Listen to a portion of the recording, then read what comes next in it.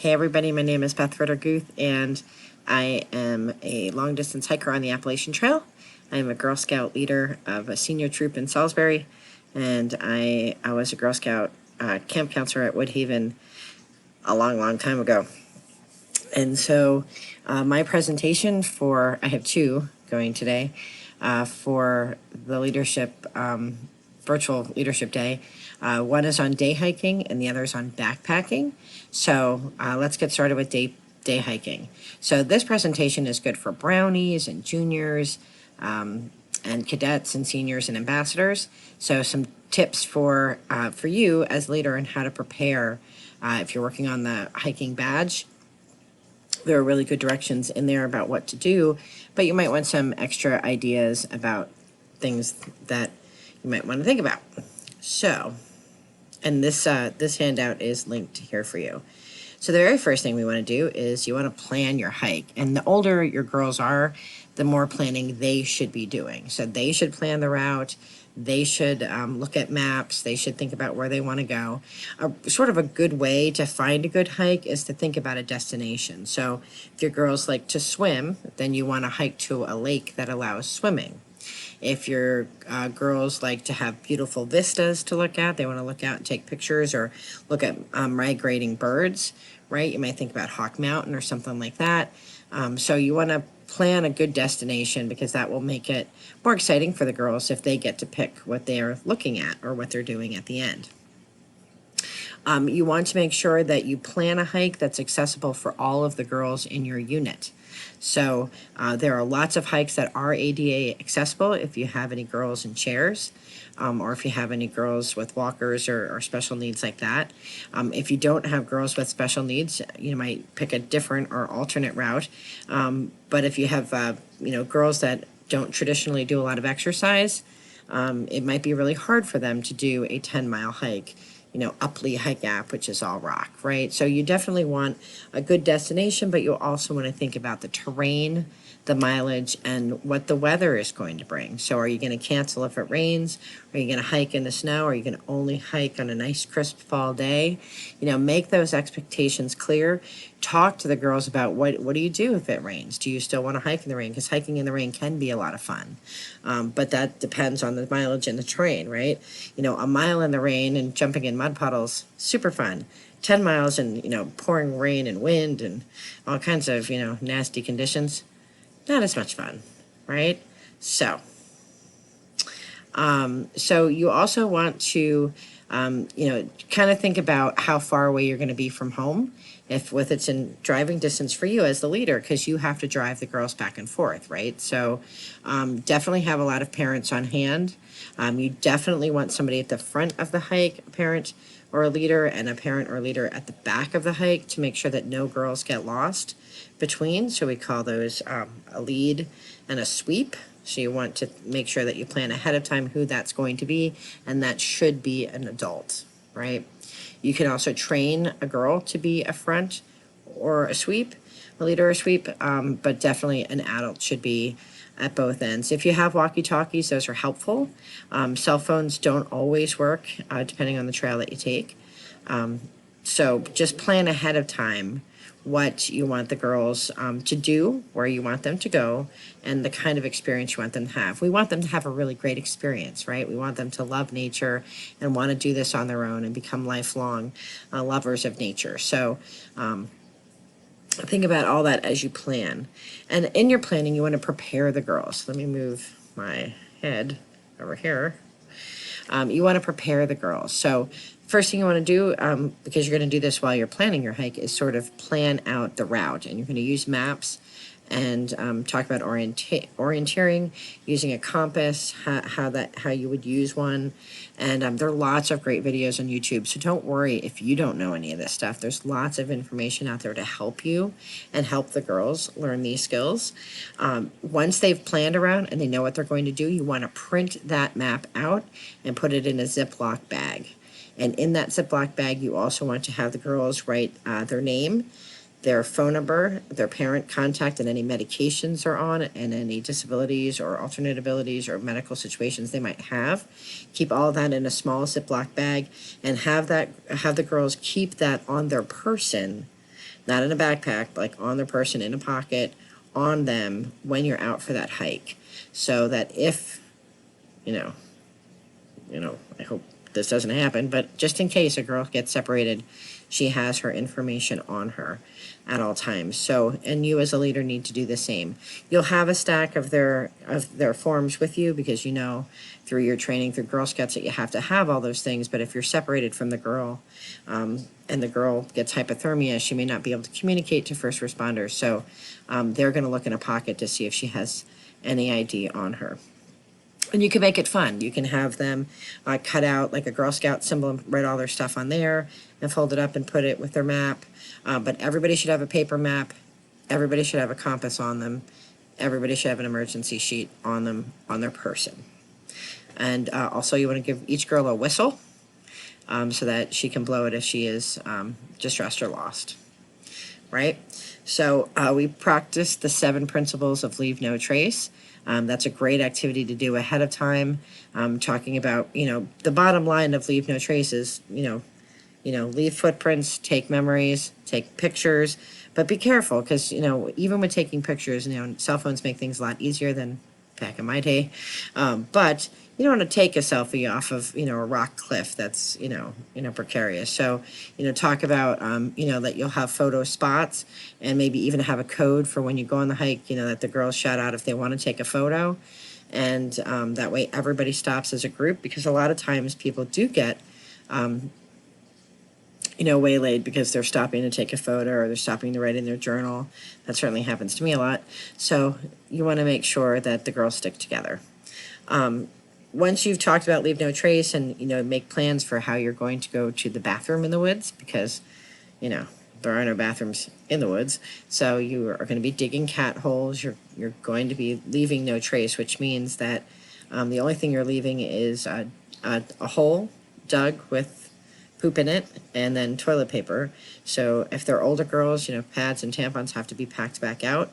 Wipes, even if they say biodegradable, should be packed back out into a Ziploc. I use Ziplocs for everything. So I have a giant gallon Ziploc bag for trash and I put all my trash in there, and the girls should do that too. And you might even want to have them practice, picking up trash, at a Girl Scout meeting and putting it into the bag just so they kind of get used to the thought of not leaving things. The biggest amount of trash, believe it or not, on the trail is micro trash. So you open up your snack bar and that little piece that comes off the top of the snack bar, kind of gets stuck behind. I mean, that it seems like it's insignificant, but it is leaving a trace. So talk about micro trash and talk about packing out anything that wasn't there when you got there should be taken with you, with the exception of toilet paper. All right, so when you pack your day pack, don't overpack, right? Because you have to carry whatever it is you put in that pack. So you don't want to take the kitchen sink. And I'm going to be talking the same thing with the backpackers too, right? Everybody overpacks their first backpacking trip, but your goal is to be lighter so that the girls can enjoy the hike more. If they're struggling with their packs, they're not going to enjoy it. But likewise, you don't want them not to have the things that they need. So in their pack should absolutely be water. And if you're going on a longer hike and the water is really, really heavy, you'll want to talk about water filtering. So that's really true for older girls. You might want to teach them how to use a Sawyer mini squeeze or a Sawyer squeeze or tablets or things like that. If they're doing a more complex hike, they might get into all that. But by and large, for most hikes that you would do for a day hike, you can bring 1 bottle per hour. And that's a good standard. The water bottles, when they're finished, if they're commercial water bottles, you squish them down, put the cap back on them, throw them in your trash bag. Let's talk about shoes and socks for a second. So back in the olden days, depending on how old you are, your gym teacher told you to wear white cotton socks for gym. Cotton socks will cause blisters. So, you can have an event where you all go to Walmart and look at socks. You want to buy socks that have merino wool in them or athletic socks that are wicking, that wick away the sweat and the perspiration from your feet. So you want to have socks meant for physical activity. And, you can go down a whole, my socks cost $30 a pair because I wear Darn Tough, and they're specifically for hiking. You don't need to go that nuts, right? But you do want to have socks that are meant for hiking that fit the girls correctly. So this is not the time when you want to buy extra big socks. You want to have socks that actually fit you, because the padding on the sock is designed for that size foot. And then the shoes, you want to look at the tread underneath them, because that is really what matters. So some people wear hiking boots, and that is very cool. But work boots that have like the steel tip in it, not as great for hiking because they don't really allow your ankle to move. Hiking boots that are designed for hiking are designed to help your ankle move a little bit, but not too much, and give stability. I wear what are called trail runners, which are sneakers that have a hiking bottom. So they have treads on the bottom like a hiking boot. Regular sneakers should be okay for the day if they have tread on the bottom. So like Keds and simple sneakers that are more decorative than functional, they are often not good for the trail because they have nothing on the bottom to help the girls stick to the rocks. Fancy boots, horseback riding boots, muck boots, whatever, they're great, but they're not meant for hiking. So definitely have the girls bring in the shoes they plan to wear, and have a conversation. I am actually posting a video all about shoes and socks. Have them look at the bottoms of their shoes to make sure that they're meant for hiking. You want to talk about clothing. Again, cotton retains the sweat. It takes forever to dry. They're very the girls will get chafing and they'll rub. So you don't want to use cotton. You want to avoid cotton as much as possible. So have the girls use clothing that says self-wicking. And again, you can do this at Walmart. You can do it as a Girl Scout trip. Go and look for athletic wear that is self-wicking, that will pull the sweat away from them, right? And you want to layer. So especially now it's the fall, you might go on hikes that are a little bit cooler. So you want to have the girls layer their clothing so that if they're hot, they can always take things off. But if they're cold, we can't create heat from things they don't have with them. So I will always wear an undershirt, a long sleeve shirt, a t-shirt, and then I have a jacket and sometimes a raincoat over top of that if I'm cold. And then I can take those things off. On the bottom, I have my underwear. I have tights or leggings. And then I have usually utility hiking pants. And that's for colder weather. And if I'm winter hiking, if I'm going snowshoeing, I'm actually wearing bib overalls that are meant for snowshoeing, and a jacket that's meant for snowshoeing. And for socks, you can use liners. You can use ingenis, which are toe socks. You can have socks over top of that. The goal is to have as much on as you need to be warm, because you can always take things off, but you can't put things on that don't exist. And the last thing you should be thinking about is your snacks, and if you're going to do a meal like lunch or dinner. So, high energy snacks. You want to stop for snacks. You want to stop at least, once an hour with the girls. More often if they're younger girls, you can go a little bit longer if they're older girls. But you definitely want to encourage the girls to eat snacks, because even if they're not hungry, a few M&Ms or a few peanuts or something, just to kind of keep their energy level up. Gorp, which is a Girl Scout favorite and has been around for 1,000 years. I feel like Juliette Lowe is actually the person who invented it. It's heavy. So you don't want the girls to carry a giant bag of Gorp. Split a big bag of Gorp up into little Ziploc bags. Oat bars are great. Sandwiches are great.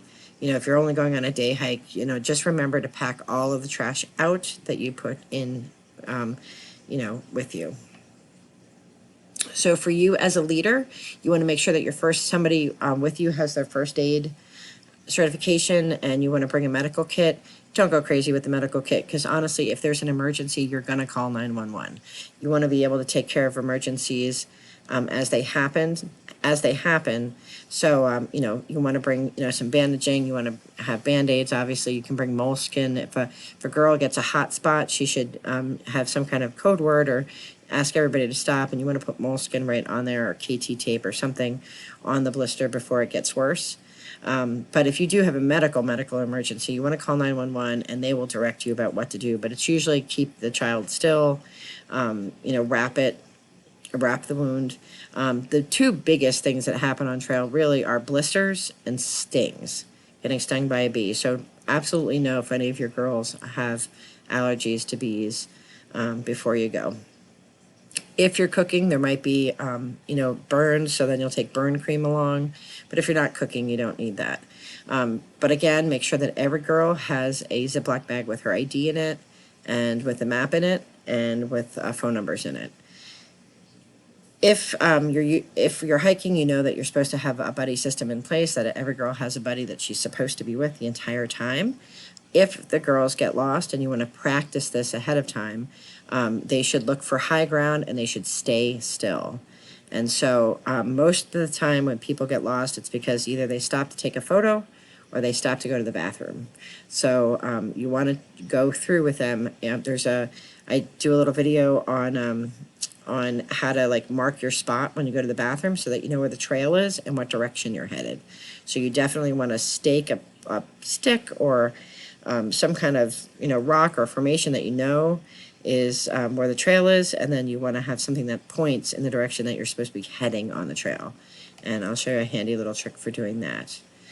So these are all the things you need for a day hike, and there's going to be some videos kind of going into more detail about using a compass and digging a cat hole and all that great fun stuff.